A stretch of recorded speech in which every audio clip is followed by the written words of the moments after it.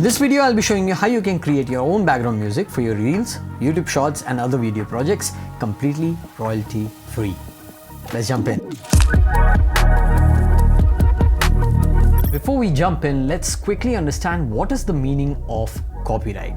So according to the legal definition, a copyright is a legal device that gives the creator of a literary, artistic, musical or other creative work the sole right to publish and sell that work. Copyright owners have the right to control the reproduction of their work, including the right to receive payment for that reproduction.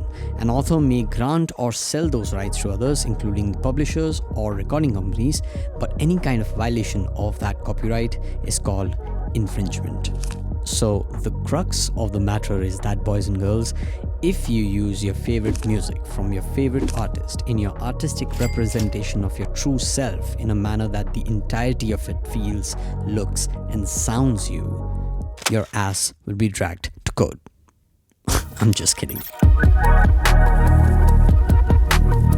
But what I'm not kidding with is that the platform on which you'll upload your amazing work will either block it or entirely remove it, leaving you with a hole in your heart, the bucket full of that delicious ice cream to help you cry away in the corner. So how do you solve this? How do you not have a copyright claim on that amazing work of yours and ruin your life? Well, one way is to go the paid route with a subscription of sites like Epidemic Sound, MusicBed, Artlist, etc.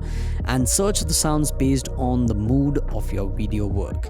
But that is damn expensive and can really add up to your initial cost before you even put out your work. Or you can make your own background music and give the originality that it deserves with just a simple click and drag. Plus, you don't have to look anywhere else or spend any extra money doing that. Sounds almost good to be true, isn't it?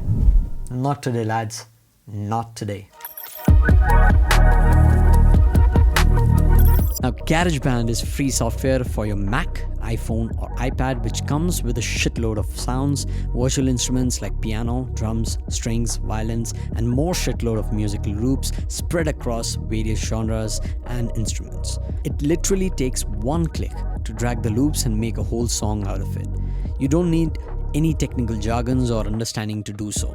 Just pick an instrument, filter out a suitable tempo, and choose your favorite loops and drag them into the tracks view. If you're making a 15-second video for which, well, you need a 15-second long song, just drag the loop till you get the length of 15 seconds. Once you're happy with it, head over to GarageBand, export, and save as MP3. And yes, this is magic. Now I know a lot of you would be typing away your doubts in the comment section below, and most of you, almost all of you, would be hitting that like button and subscribing to the channel because you want more. More is good, more is better, more is knowledge. But the biggest question is, aren't using Apple loops an act of copyright infringement? And do I need to know music theory for all this to magically happen? Well, boys and girls, as per the Apple's official community thread, Apple loops are completely royalty free when used in creating your own musical composition. You may broadcast and or distribute your own music composition or audio projects that were created using that audio content. However, individual audio loops may not be commercially or otherwise distributed on a standalone basis, which means using multiple loops and adding a bit of extra flavor to them with your creativity and making a song out of it, your ass is safe. As for the last question, the answer is a conservative yes and a potential no. It's better to have some knowledge of chord theory or music production, but it is not necessary. Apple Loops gives you the flexibility of choosing the key in multiple genres and across multiple keys. So you really don't need to know that details of chord theory to kind of pull in the loops. Plus, there are various sites online that can give you chord progressions with the input that you feed in. One of them is auto chords, where you can select the feel, instrument of your choice, the key and the mood, be it major if happy or minor if you're sad. Hit randomize and you have a bunch of options. Take this information back to GarageBand and get your creativity flowing, baby.